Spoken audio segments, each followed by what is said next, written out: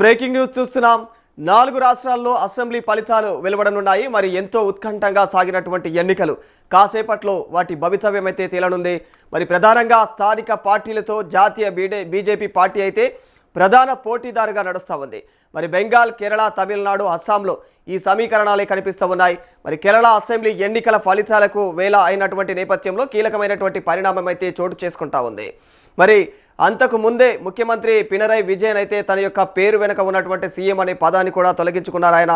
మరి తమిళనాడులో ఓట్ల లెక్కింపునకు ఒకరోజు ముందే అయితే రీసార్ట్ రాజకీయాలు మొదలయ్యాయని చెప్పుకోవాలి. ఈసారి రాష్ట్రంలో హంగ్ వస్తుందని, తానే కింగ్ మేకర్ అవుతానని చెప్పేసి అయితే ధీమా ఉన్నటువంటి టీవీకే అధ్యక్షుడు దళపతి విజయ్ అయితే తన యొక్క ఎమ్మెల్యేలందరినీ కూడా రీసార్ట్కు తరలించే ఏర్పాట్లు కూడా చేసుకుంటూ ఉన్నారు. మరి టీఎంసీ బీజేపీ మధ్య నువ్వా నేనా అన్నట్లుగా పోటీ ఉన్నటువంటి బెంగాల్లో అయితే ఏ పరిస్థితి అయినా ఎదుర్కొనేందుకు మరి సీఎం మమతా బెనర్జీ అయితే సిద్ధమయ్యారు. మరి ఆదివారమే తన యొక్క పార్టీ కౌంటింగ్ ఏజెంట్లకైతే ఆ మేరకు దిశానిర్దేశం కూడా చేశారు ఆవిడ. మరి బెంగాల్, అస్సాం, తమిళనాడు, కేరళతో పాటుగా కూడా కేంద్రపాలిత ప్రాంతం పుదుచ్చేరి అసెంబ్లీలకు గత నెలలో అయితే జరిగినటువంటి ఎన్నికల ఫలితాలు అయితే నేడు విడుదల కానున్నాయి. మరి ఆయా రాష్ట్రాల్లో ఓట్ల లెక్కింపు కోసం అయితే కేంద్ర ఎన్నికల సంఘం విస్తృత ఏర్పాట్లు చేసింది.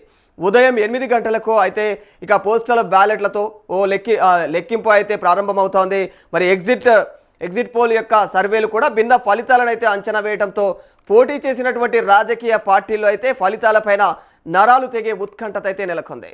మరి కౌంటింగ్ సందర్భంగా కూడా ఎలాంటి అవాంఛనీయ ఘటనలు చోటు చేసుకోకుండా అయితే ఇప్పటికే ఈసీ కూడా చర్యలు తీసుకుంటా ఉంది. మరి కౌంటింగ్ కేంద్రాల్లోకి అనధికార వ్యక్తులు ప్రవేశించకుండా అడ్డుకోవడానికైతే తొలిసారిగా క్యూఆర్ కోడ్ ఆధారిత ఫోటో గుర్తింపు కార్డును అయితే ప్రవేశపెట్టింది.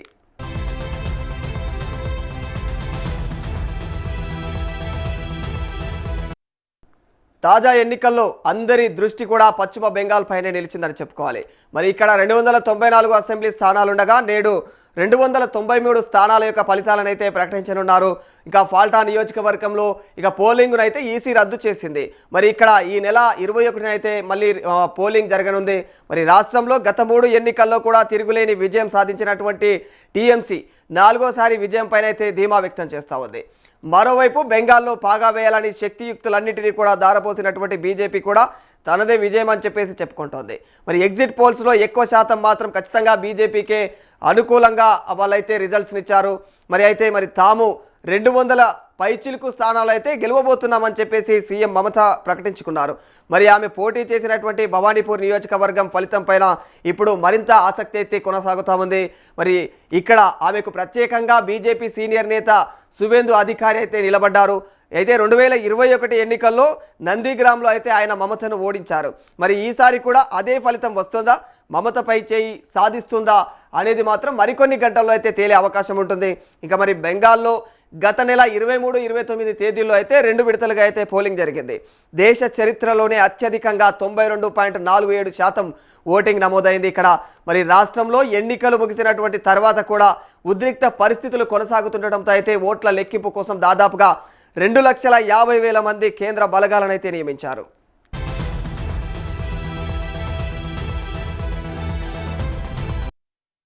ఎప్పుడూ ద్విముఖ పోరు జరిగే తమిళనాడులో అయితే ఈసారి త్రిముఖ పోరు సాగుతోంది. దశాబ్దాలుగా రాష్ట్ర రాజకీయాలను అయితే డిఎంకే లేదా అన్నా డిఎంకే పార్టీలే శాసిస్తూ ఉండగా మరి వీటి మధ్యలోకి ఈసారి తమిళ వెట్రి కళగం టీవీకే పార్టీతో అయితే ఇక సినీ నటుడు విజయ్ ప్రవేశించారు.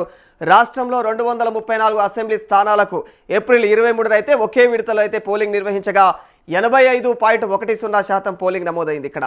మరి సీఎం స్టాలిన్ నేతృత్వంలోని అధికార డిఎంకేదే ఈసారి కూడా అధికారం అని చెప్పేసి మెజార్టీ ఎగ్జిట్ పోల్స్ అయితే సర్వేలు ప్రకటించాయి. మరి యాక్సిస్ మై ఇండియా మాత్రం ఇక విజయ్ పార్టీ ఏకంగా అయితే 120 వరకు సీట్లు గెలుస్తుందని చెప్పేసి అయితే అంచనా వేసింది.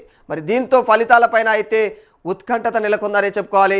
మరోవైపు అన్నా డిఎంకే బీజేపీ కూటమి ప్రభుత్వ వ్యతిరేకత అయితే తమను గెలిపిస్తుందన్న ఆశతో ఉంది. మరి ఒకవేళ నిజంగానే విజయ్ పార్టీ గెలిస్తే తమిళనాడులో అయితే ఖచ్చితంగా సరికొత్త రాజకీయ శాఖ మొదలైనట్లే చెప్పుకోవచ్చు. కాగా మరి రాష్ట్రంలో అయితే హంగు ఏర్పడే అవకాశం ఉందన్న అంచనాలతో కూడా దళపతి విజయ్ అయితే తన యొక్క పార్టీ అభ్యర్థులను ఇప్పటికే ఆయన అప్రమత్తం చేశారు. గెలిచే వారంతా కూడా వెంటనే పార్టీ ప్రధాన కార్యాలయంలో రిపోర్టు చేయాలని చెప్పేసి కూడా ఆదేశించారు. మరి వారిని ఒక రీసార్ట్కు తరలించే ఆలోచనలో కూడా ఆయన ఉన్నట్లయితే సమాచారం తెలుస్తూ ఉంది.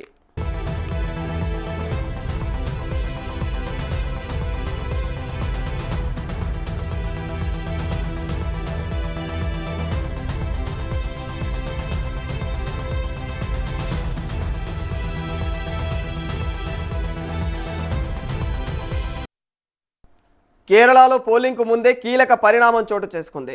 ఇక వామపక్ష కూటమి ఎల్డీఎఫ్ను అయితే వరుసగా 2 సార్లు గెలిపించి చరిత్ర సృష్టించినటువంటి ఇక సీఎం పినరై విజయన్ మరి తనకు తానుగా అయితే సీఎం పేరునైతే వదిలేసుకొని సంచలనం సృష్టించారు. తన సోషల్ మీడియా ఖాతాలో ఆదివారం ఆయన అయితే కేరళ ముఖ్యమంత్రి అనే పదాన్ని తొలగించి ఇక సిపిఐఎం పోలిట్ బ్యూరో సభ్యుడు అనే పదాలను కూడా చేర్చారు ఆయన.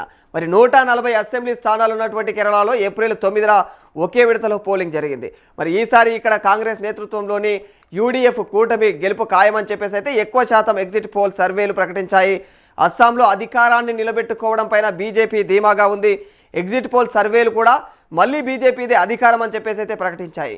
మరి ప్రతిపక్ష కాంగ్రెస్ కూడా గెలుపు పైన అయితే ధీమాను వ్యక్తం చేస్తూ ఉంది. 120 అసెంబ్లీ స్థానాలు ఉన్నటువంటి ఈ రాష్ట్రంలో ఏప్రిల్ 9న అయితే పోలింగ్ జరిగింది. మరి 2,50,00,000 ఓటర్లు ఉన్నటువంటి ఇక్కడ 85.96% అయితే పోలింగ్ నమోదైంది. ఓట్ల లెక్కింపు కోసం అయితే 40 కేంద్రాలను అయితే ఇప్పటికి అంటే ఏర్పాటు చేశారు. మొత్తం 722 మంది అభ్యర్థుల భవితవ్యం నేడు తేలనుంది.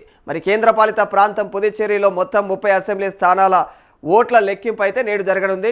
మరి ముఖ్యమంత్రి ఎన్ రంగస్వామి నేతృత్వంలోని ఏఐఎన్ఆర్సీ బీజేపీ కూటమిదే మళ్ళీ అధికారం అని చెప్పేసి అయితే సర్వేలు తెలిపాయి.